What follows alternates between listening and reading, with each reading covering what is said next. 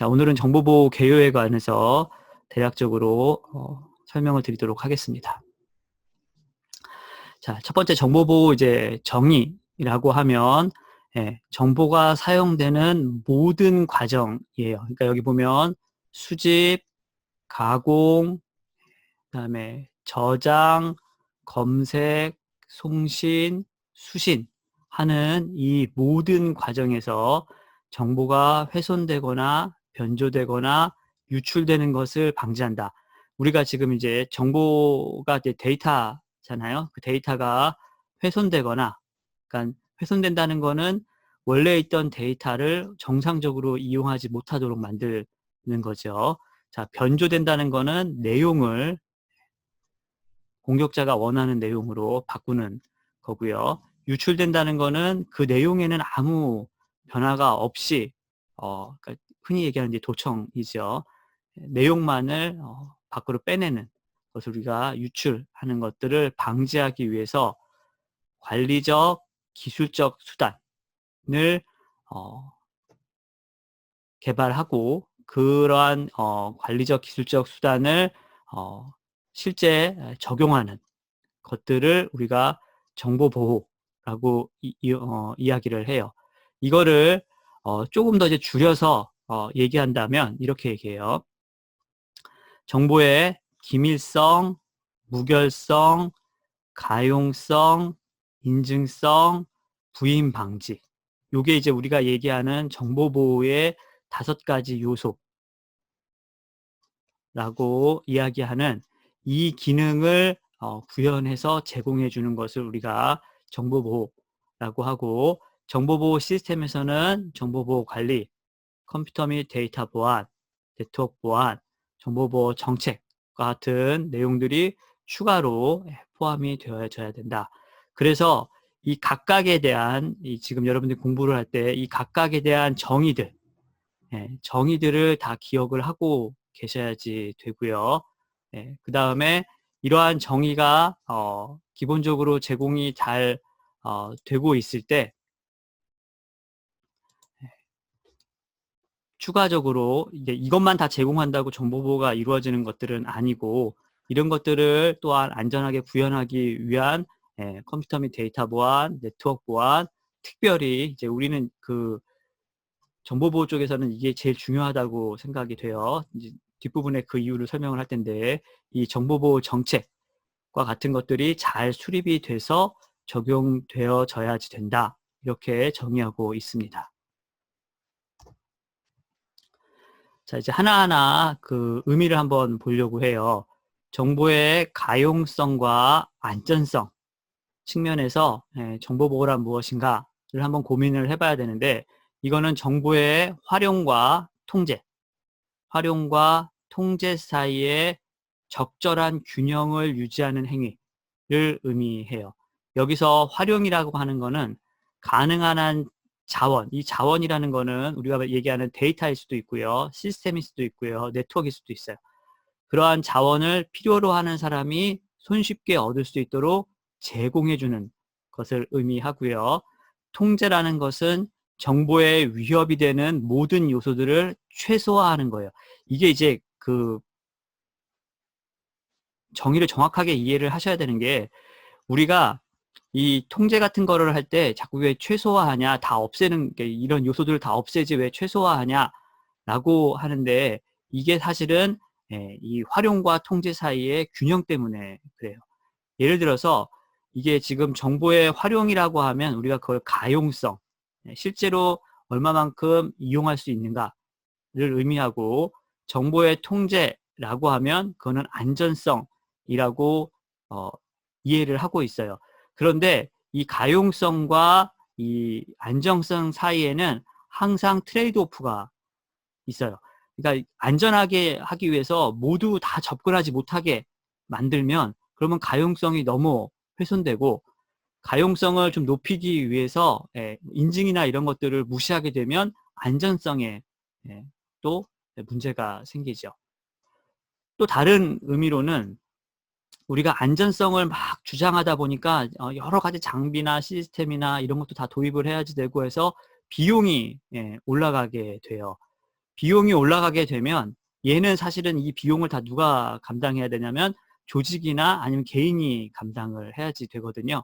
근데 만약 그 능력이 안 된다고 하면 그 시스템을 이용하는데 어려움이 생기죠. 그러니까 마찬가지로 가용성 부분에 문제가 생길 수 있어요. 그래서 우리가 이렇게 정보 보호를 하려고 하는 목표가 100이다. 100이면은 뭐 퍼펙트하게 완전하게 보호한다. 라고 할 때 모든 기업이 이 100점을 다 맞으려고 하냐 하면 그렇지 않아요. 예를 들어서 여기 이제 빵점이 이렇게 있을 테고 여기 100점 사이에 있을 텐데 우리가 이 정보보호 시스템을 도입을 하려고 할 때 예를 들어서 한 이 정도 선까지 도입을 했을 때 비용이 예를 들어서 이 정도 선까지 하는데 한 1억이 들더라 는 거예요. 그런데 이 한 1억을 들였을 때 여기서 만일 이제 문제가 생긴다라고 하면 이후에 문제가 생긴다라고 했을 때 문제가 생긴 것들을 그 리커버 하는데 그러니까 그것들을 회복시키는데 드는 처리 비용이 예를 들어서 한 1,000만 원이다. 그러면 이거를 감수하자는 거예요. 예를 들어 내가 지금 드는 비용이 1억을 들여서 1억을 들여서 시스템을 갖추는데 이걸 갖추지 않았어 1억을. 근데 내가 피해 복구 비용으로 들어야 되는 돈이 1,000만 원이다. 그러면 사업자 입장에서는 이 1억을 들이느니 차라리 피해 복구하는 데 돈을 쓰는 게 훨씬 더 유리할 거 아니에요. 그죠? 근데 내가 이 1억을 들이지 않아서 내가 만일 피해를 당했을 때 내가 그것들을 복구하는 데 드는 비용이 예를 들어 10억이다 라고 하면 당연히 1억을 써야죠. 1억을 써서 이런 피해가 당하지 않도록 그렇게 조정을 해야 될 거 아니에요. 그래서 이 이제 가용성과 안전성 사이에는 항상 이 비용적인 측면이랑 또는 사용자의 우리가 흔히 얘기하는 유저빌리티, 그러니까 손쉽게 이용할 수 있게 만드는 방법, 뭐 이런 것들이 다 트레이드 오프가 있기 때문에 적정한 수준에서 균형을 유지하게 만드는 게 필요하다. 이 균형, 그래서 이제 정보 보호하는 사람들이 필요한 거죠. 이런 적정한 수준에서의 균형을 어떻게 유지하게 만들 거냐 하는 것들을 확인시켜 줘야지 되니까 전문가들이. 그래서 그런 작업들이 필요하다 이렇게 생각하시면 됩니다. 이건 뭐 매번 나오는 거죠. 우리가 정보 보호의 3요소라고 하면 아까 이제 5요소 하면은 그게 다 들어가는 거고요. 3요소라고 하면 기밀성, 무결성, 그 다음에 가용성, 이렇게 세 가지를 정보보호 3요소라고 해요. 각각에 대해서 데피니션도 이 세 개를 이제 종류도 외우셔야지 되고요. 각각에 대해서 데피니션도 당연히 외우셔야죠. 우리는 이제 암호학 같은 것들을 다 배운 상태이기 때문에 뭐 기밀성, 무결성 뭐 이런 거 다 이제 아실 거고요. 뭐 가용성 같은 경우는 시스템이 정상적으로 운영되게끔 해줘야지 되는 것들이 있잖아요. 그러니까 뭐 흔히 얘기하는 우리가 백업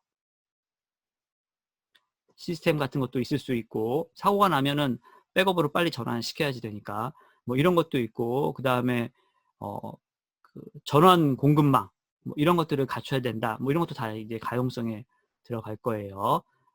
무결성 그러면은 얘는 이제 데이터의 그 인테그리티 체크하는 해시 같은 거 사용하는 것들을 의미하겠죠. 뭐 기밀성 같은 경우는 이제 암호화 뭐 이런 것들을 사용해서 제공해주고 있습니다. 자, 하나하나 보죠. 자, 정보보호의 첫 번째 목표인 기밀성이라고 하면 데이터의 기밀성과 프라이버시 두 개를 다 고려를 이제는 해줘야 돼요. 개인 또는 비밀 정보를 부정한 사용자, 여기서 부정한 사용자라는 거는 무슨 의미냐면 권한이 없는 사용자예요. 그러니까 이 데이터를 읽거나 이용할 수 있는 적절한 권한을 갖고 있지 않은 사용자를 우리는 부정한 사용자라고 이야기를 할 거예요.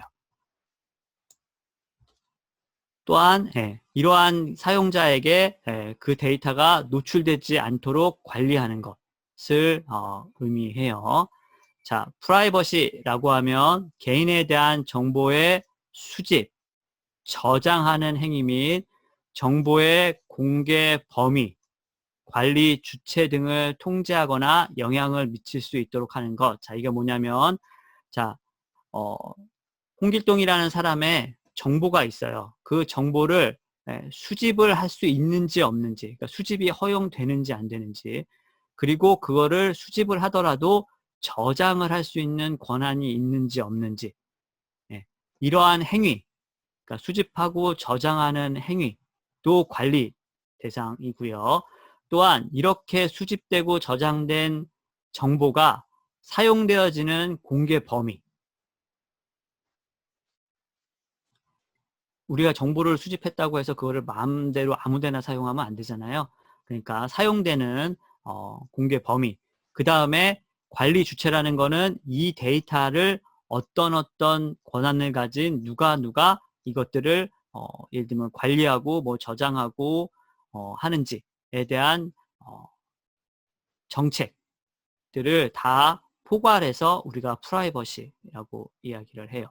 그러니까 수집 저장하는 행위, 그 다음에 공개 범위하고 관리 주체를 통제하는 행위, 이것들을 모두 포함해서 우리가 프라이버시라고 이야기한다. 그러니까 이게 한 10년 전까지만 해도 프라이버시는 사실은 이 데이터 기밀성의 요구사항이 아니었었어요. 그런데 이제 사회가 변하면서 요구사항들이 자꾸 바뀌는 거죠. 그래서 지금은 기밀성, 그러면 데이터의 기밀성뿐만 아니라 사용자 정보에 대한 기밀성까지도 함께 포괄적으로 고려를 해주셔야지 됩니다. 자, 기밀성을 위협하는 공격은 우리가 이제 흔히 얘기하는 도청이죠. 스니핑이라고 얘기도 하고 스누핑이라고도 얘기를 해요. 데이터의 비인가, 여기 계속 비인가는 권한이 없는 사람이에요. 권한을 갖고 있지 않은 접근과 탈취를 의미해요. 자, 그런데 이제 얘가 하나 더 고려를 해주셔야 돼요. 이게 트래픽 어널리시스는 뭐냐면, 얘가 예를 들면 이제 암호화된 통신을 하고 있다라고 하면 기밀성을 완벽하게 제공하냐? 그렇지 않을 수 있다는 거예요. 얘 때문에, 이 트래픽 어널리시스 때문에. 얘가 이제 그 데이터가 네트워크를 통해 가지고 교환되는 것들의 패턴을 분석하는 것을 의미를 해요. 그럼 얘가 무슨 의미가 있냐? 예를 들어서 홍길동이라는 사람이, 홍길동이 이렇게 있는데, 얘가 회사에 언제 출근하고 언제 퇴근하는지 이런 정보를 수집을 하고 싶은 거예요. 그 다음에 얘가 들어왔을 때, 출근했을 때 얘가 누구한테 보고를 하더라, 뭐 이런 내용들을 알고 싶다라고 하면, 예를 들면 이제 일반인들 같은 경우는 맨 처음에 출근을 하면 뭐부터 할까요? 메일부터 확인을 하죠. 대부분의 직장인들이 다 그렇게 해요. 출근해서 컴퓨터를 탁 키면 일단 메일부터 막 분석을 하고 급하게 이제 처리할 것들을 처리를 해요. 그러다 보니까 얘가 들어와서 컴퓨터 통해 가지고 메일 체크하면서 어떻게 그 데이터를 보내더라. 그러면 이 녀석의 출근 시간이 어느 정도 되는구나. 뭐 이제 이런 것도 알 수 있는 거죠.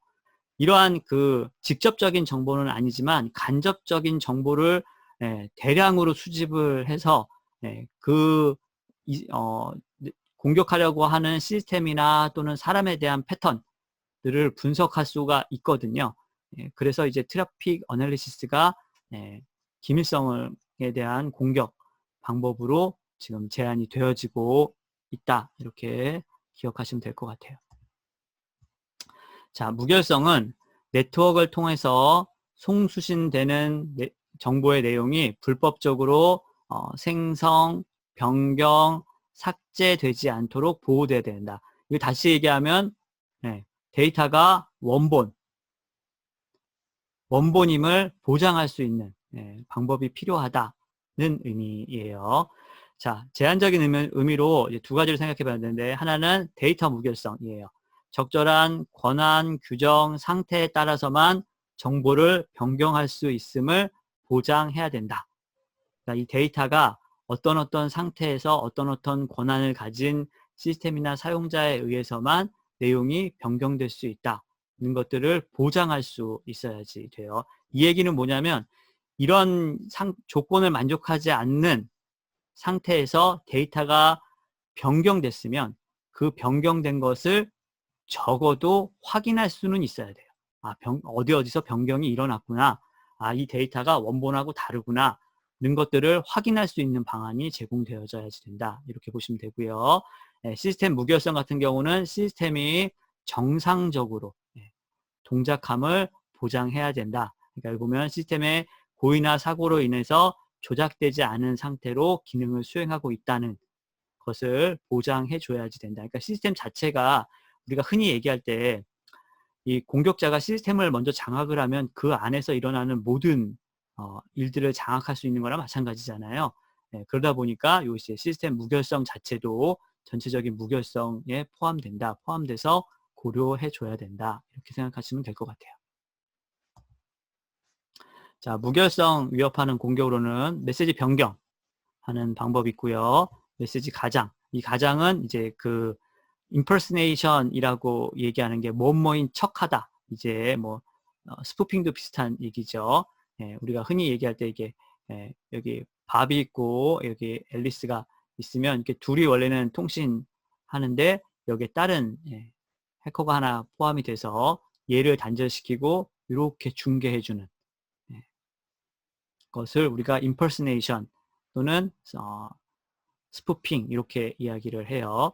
자, 재전송 같은 경우는 그 전에 과거에 사용되어졌던 메시지를 재사용하는 거예요. 재전송은 재사용하는 건데 이게 왜 그 무결성하고 관계가 되냐라고 하면 예를 들어서 29일에 메시지를 하나 보냈어요.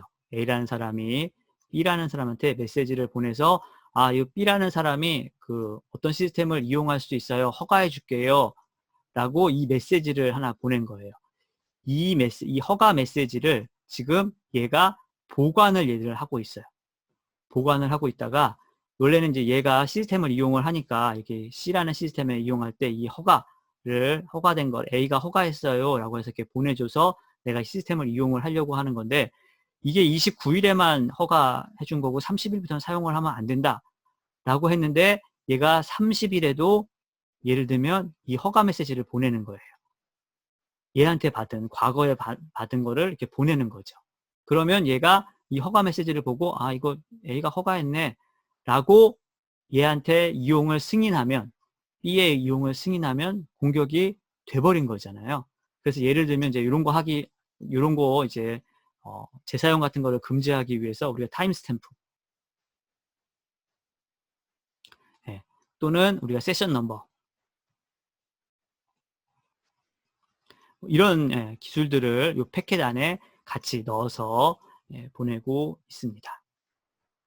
자, 부인 같은 경우는 메시지 내가 보낸 다음에 나 이 메시지 보낸 적 없어. 뭐 이렇게 이야기하는 것들이죠. 이게 다 이제 무결성과 관련된 공격들이다. 이렇게 보시면 되겠습니다. 가용성은 정당한 사용자가 데이터나 자원을 필요할 때 지체 없이 접근해서 사용할 수 있어야 된다는 것을 보장하는 것을 우리가 가용성이라고 하고요. 뭐 가용성을 공격하는 방법으로는 현재는 이제 뭐 도스, 디도스 뭐 이런 것들도 있고 이게 조금 이제 그 사람마다 조금 다른데 이 랜섬웨어 이 랜섬웨어를 가용성을 공격하는 공격 기법으로 볼 거냐 말 거냐 라는 거예요. 실제로 이제 시스템을 암호화시켜 버리면 전체적으로 시스템을 정상적으로 사용할 수가 없게 되잖아요. 그래서 결과론적으로 보면 가용성에 해당하는 공격을 하는 것처럼 보여요. 저 개인적으로는. 근데 이제 이게 책마다 조금 달라서 이 부분은 계속 얘기하지만 이렇게 시험을 볼 때 보면 여러분들이 이렇게 시험을 보면 문제가 있고 객관식 경우에는 1번, 2번, 3번, 4번 이렇게 있으면 우리는 이 답 중에 가장 정답인 게 정답이에요. 이게 무슨 얘기냐면 볼 때는 이게 3번도 답인 것처럼 보이고 또 4번도 답인 것처럼 보이는 경우들이 되게 많거든요. 문제들 중에 보면. 그러면 그 중에서 3번과 4번 중에 더 정답인 게 정답이에요. 무슨 말인지 아시겠죠? 예를 들어서 가용성을 제공하는 위협하는 공격 기법입니다. 이제 4번이 도스야. 그리고 3번이 랜섬웨어야. 그러면 답은 4번이에요. 네.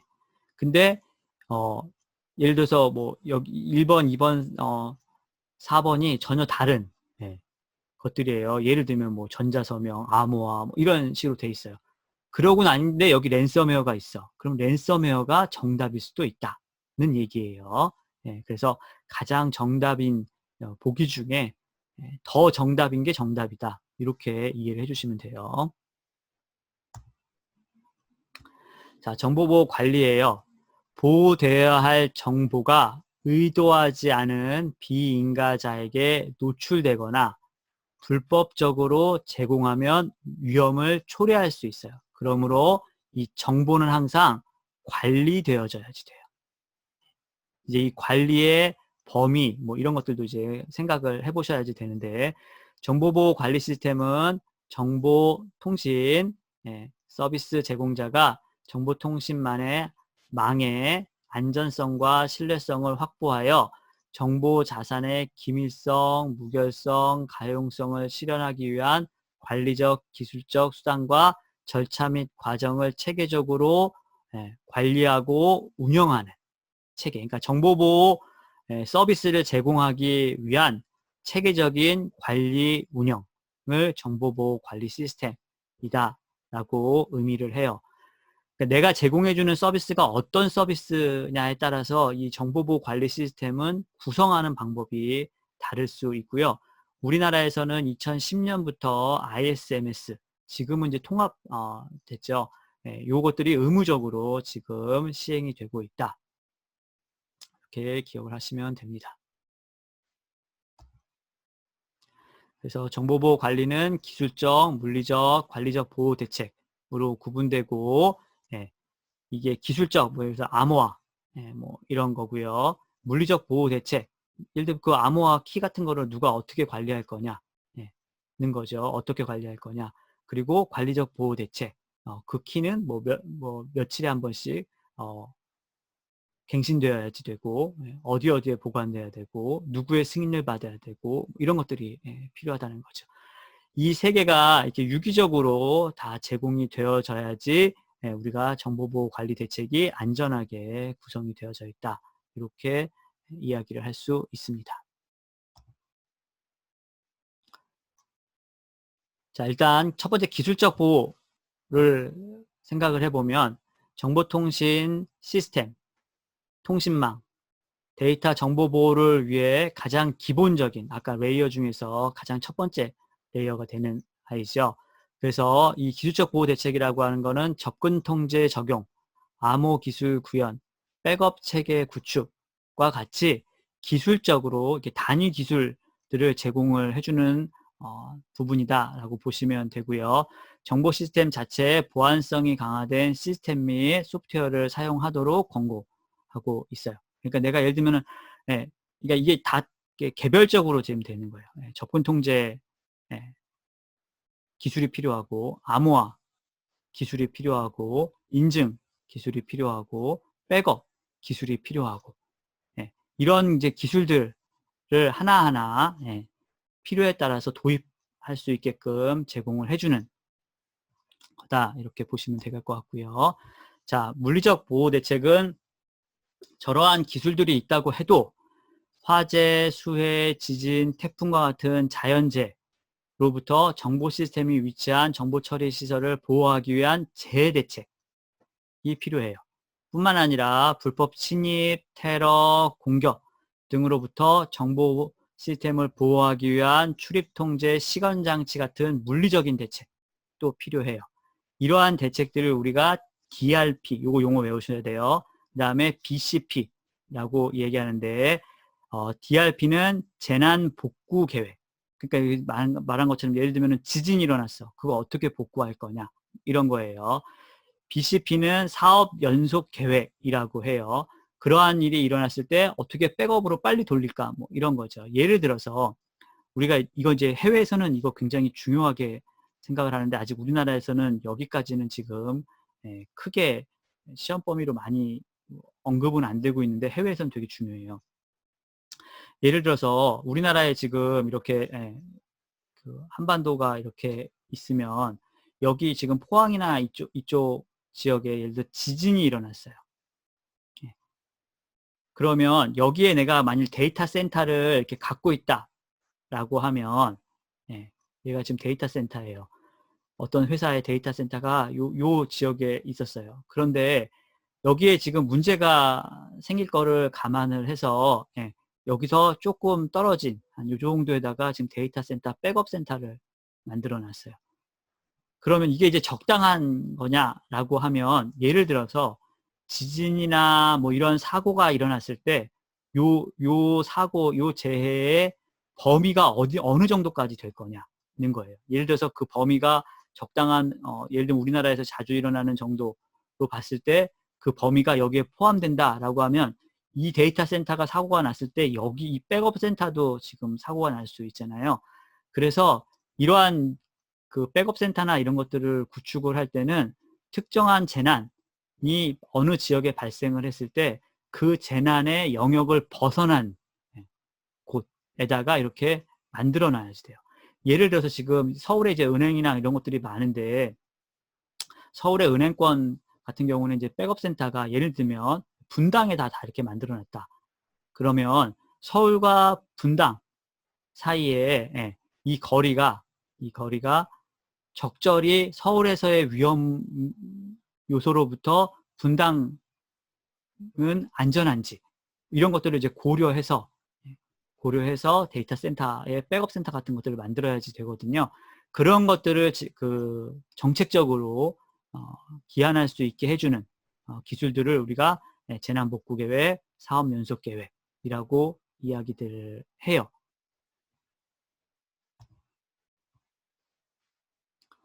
자, 관리적 보호 대책이라고 하면 조직의 정보 보호를 효과적으로 보장하기 위해서 다양한 기술적 보호 대책뿐만 아니라 이러한 기술적 그 보호 대책을 잘 계획하고 설계하고 관리하기 위한 제도, 정책, 절차가 중요해요. 이러한 제도, 정책, 절차에는 법, 제도, 규정, 교육 등이 필요하고요. 보안 계획을 수립하고 이를 운영하고 위험을 분석하고 보안 감사를 시행하는 것들을 모두 포함해요.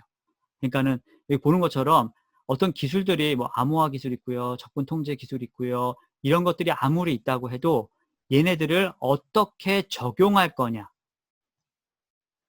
우리 회사에 어떻게 잘 적용할 거냐는 거는 요 관리적 보호 대책 영역인 거예요.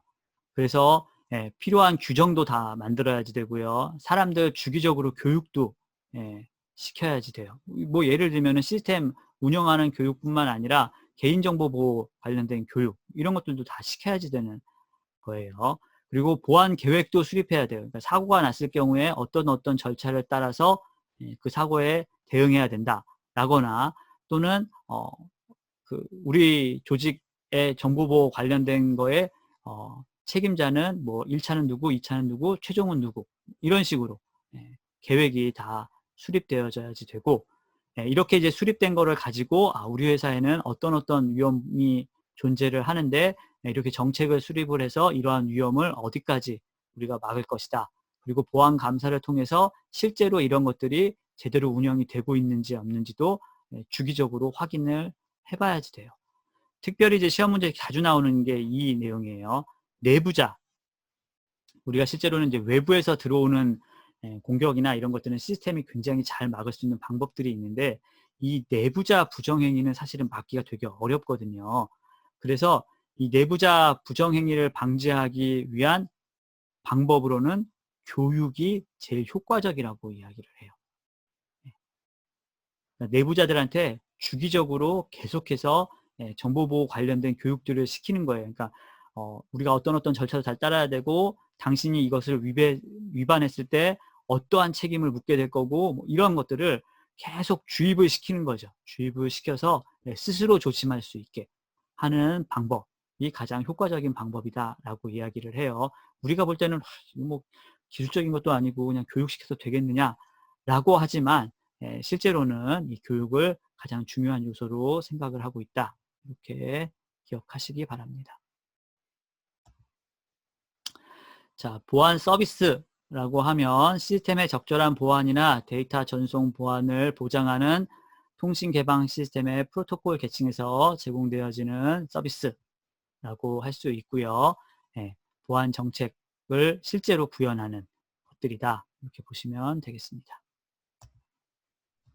서비스에는 예, 성격 특성으로 기밀성, 예, 무결성, 가용성, 인증, 부인 방지, 다음에 예, 접근 제어, 뭐 이런 예, 서비스들이 지금 운영이 되고 있고요. 제공을 해줘야 되고요. 이건 이제 앞부분에서 설명을 드렸었죠. 인증은 연결 지향 통신에서는 연결 시 송신자, 수신자에 대한 인증을 먼저 해요. 그러니까 우리가 예를 들면은 SSL 통신뿐만 아니라 예, 우리가 A라는 리모트한 거예요. 지금 비대면 통신할 때 A라는 사람이 B라는 사람하고 통신을 하려고 할 때 상호, 우리 흔히 얘기하는 핸드쉐이크 하잖아요. 예, 그러한 것들을 우리가 인증이라고 하고요. 자, 비연결 지향 통신에서는 자, 이게 뭐냐면 A하고 B가 네트워크로 연결돼 있어요. 그러면 A가 얘한테 물어보는 거죠. 야, 너 누구야? 그러면 아, 나 B야. 그래? 그럼 B인 거 증명해봐. 아, 내가 이렇게 증명할게. 라고 하면 A가 B를 이렇게 연결된 상황에서 네, 적당한 핸드쉐이크 하는 네, 절차를 통해 가지고 A가 B인 거를 알 수 있잖아요. 그런데 비연결이에요. 비연결이라고 하면 이런 네트워크가 지금 연결이 안 돼 있는 거예요. 예를 들어서 USB로 A가 만든 데이터라고 해서 이렇게 어떻게 해가지고 이렇게 받은 거예요. 그랬을 때는 이 데이터를 얘가 받은 이 USB 통해서 이렇게 데이터를 받았어요. 이 안에 데이터가 들어가 있는데 이 USB에 든 데이터가 실제로 얘가 만든 데이터인지 아닌지 어떻게 알지? 이런 거예요. 그래서 데이터의 출처에 대한 인증이 필요하다. 그 데이터를 보고 얘가 실제로 A가 만든 건지 아닌지에 대해서 인증해 줘야지 된다는 의미예요. 자, 부인 방지, 부인 봉쇄라고 하면 송신자, 수신자가 메시지를 전송했거나 수신했음을 부인하지 못하도록 하는 통제예요. 이게 전송은 사실은 쉽죠. 왜냐하면 A가 B한테 데이터를 전송을 할 때 우리가 흔히 얘기하는 전자서명 같은 거를 그 첨부해서 보내면 되거든요. 문제는 B가 수신한 거, 내가 얘를 받았어. 예, 받았다는 거를 어떻게 확인시킬 거냐는 거예요. 무슨 의미인지 아시겠죠? 그래서 얘가 받은 다음에 그 다음에 이제 방안으로는 얘가 이 받은 거에 대한 뭐 해시값 같은 거를 이렇게 리플라이로 이렇게 전송해 주면 그거를 받은 다음에 얘가 복호화시키는 키를 이렇게 전달해 주는 뭐 이런 방안들이 많이 과거에는 이야기가 됐었는데 문제는 예를 들면 이 키도 내가 못 받았다고 하면 나는 키를 그거 받은 적이 없어서 까보질 못했어. 이렇게 얘기를 해버리면 그것도 조금 어려운 상황이 돼요. 그래서 사실은 부인 봉쇄는 전송은 되게 쉬운데 이 수신 부인 봉쇄 얘 어떻게 할 거냐는 거는 굉장히 어려운 문제예요. 자, 접근 제어는 액세스 컨트롤이라고 해서 뒷부분에서 아예 챕터 하나로 배워야 되는데 데이터나 시스템에 적절한 권한을 갖고 있는 사람만 이용할 수 있게 제공하는 것을 우리가 접근 제어라고 이야기를 합니다. 자, 공격에는 소극적 공격과 적극적인 공격이 있어요. 소극적인 공격은 정보 획득만을 목표로 해요. 그러니까 정보가 이렇게 획득하고 그것들을 가지고 오려고 할 때 수집된 정보나 사용된 시스템 자원에 어떠한 영향도 미치지 않는 거예요.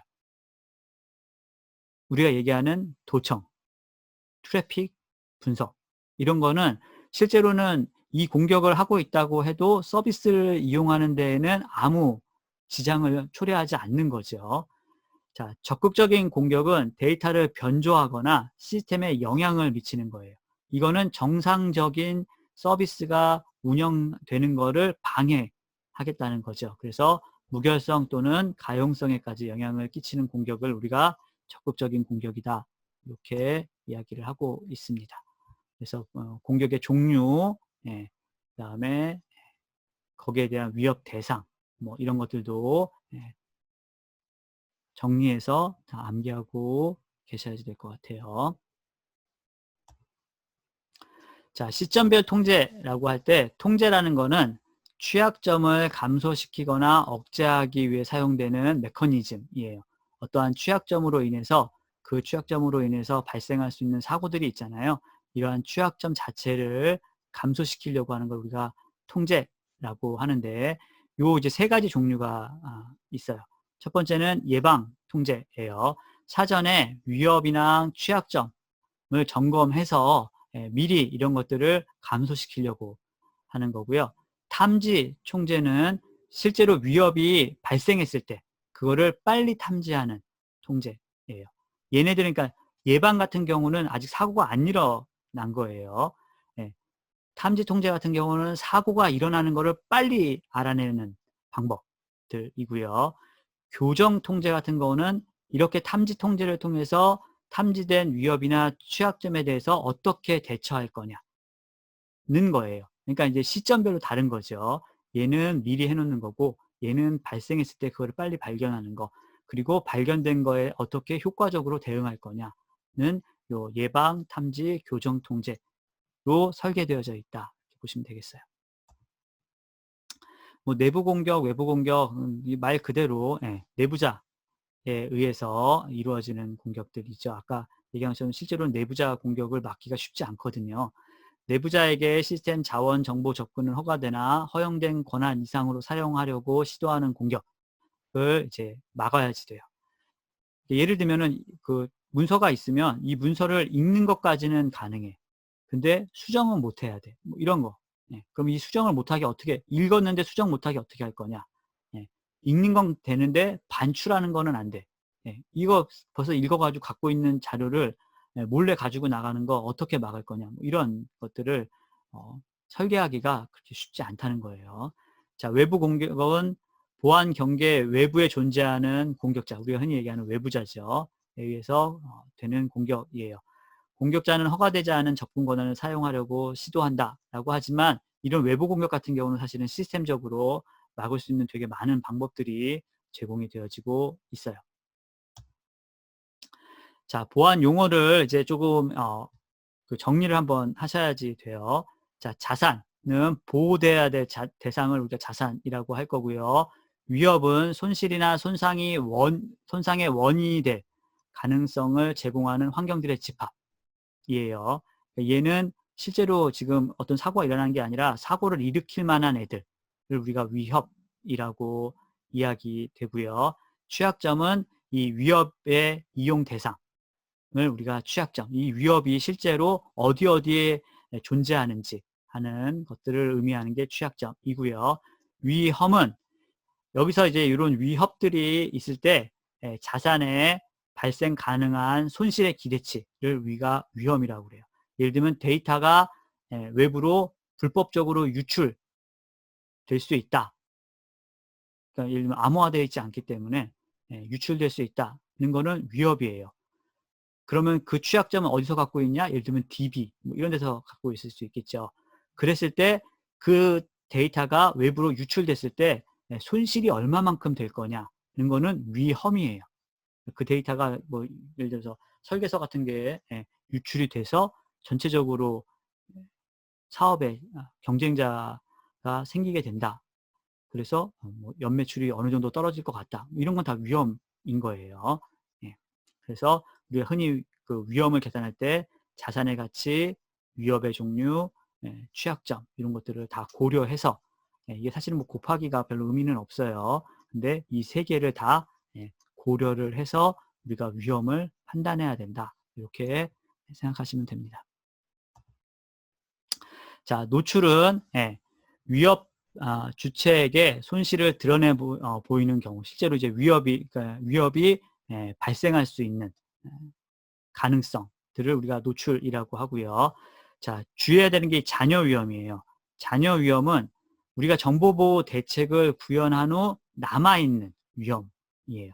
아까 얘기했듯이 100점짜리로 완벽하게 다 막으면 좋은데 그게 안 되니까 비용이 많이 들고 뭐 실제적으로 어려우니까 우리가 한 이 정도까지 해서 위험을 대처하기 위한 정보보호 체계를 갖췄어요.